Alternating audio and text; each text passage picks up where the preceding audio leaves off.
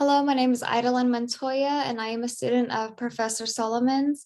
And today I'll be presenting my art piece, The Philippines, a beaded visual of rising sea levels. I did want to start with the land acknowledgement.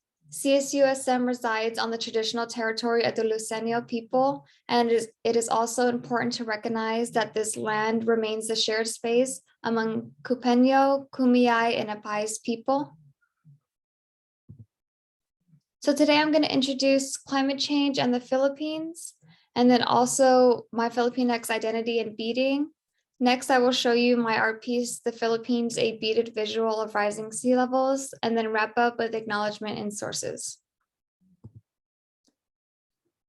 So to start with the climate change in the Philippines, the USGS, which is the US Geological Survey, which is the nation's largest water, earth, and biological science and civilian mapping agency, they concluded if all the ice caps melt, the global sea level would rise approximately 70 meters, flooding every coastal city.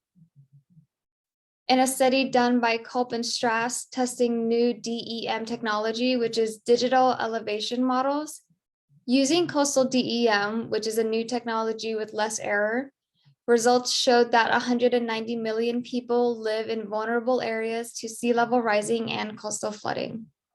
How does the Philippines tie into all this? The Philippines is made up of more than 7,000 islands.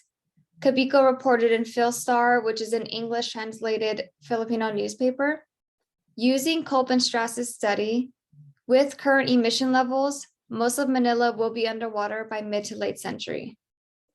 Manila is the capital of the Philippines and also the political and economic center.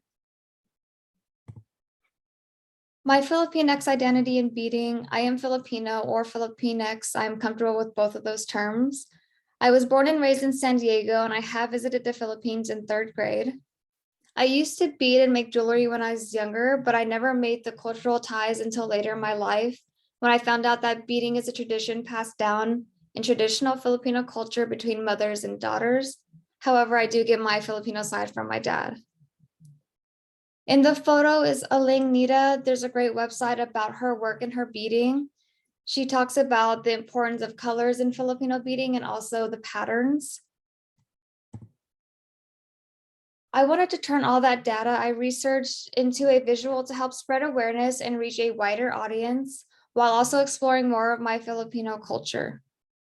The Philippines, a beaded visual of rising sea levels, consists of 3 comparative maps of the Philippines, displaying rising sea levels and the land lost due to those rising sea levels depicted in red beads.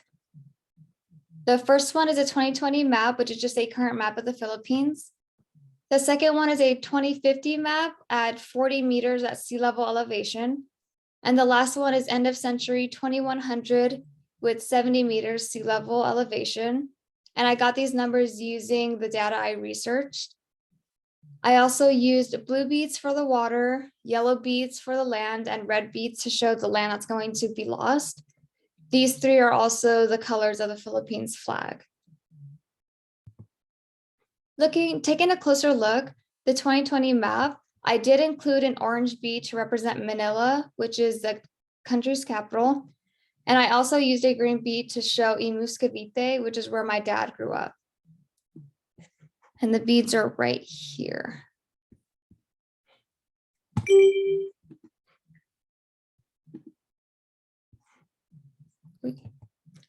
By 2050, both of those cities will be flooded. And you see a lot of the islands in the bottom left are also already flooded as well. By 2100, even more land is going to be lost due to rising sea level and climate change, and a lot of people are going to have to relocate. With that, I want to thank Professor Solomon for mentoring me through this research, and also the Trio McNair Scholars Program for supporting me in any other way I needed. And these are my sources. Thank you.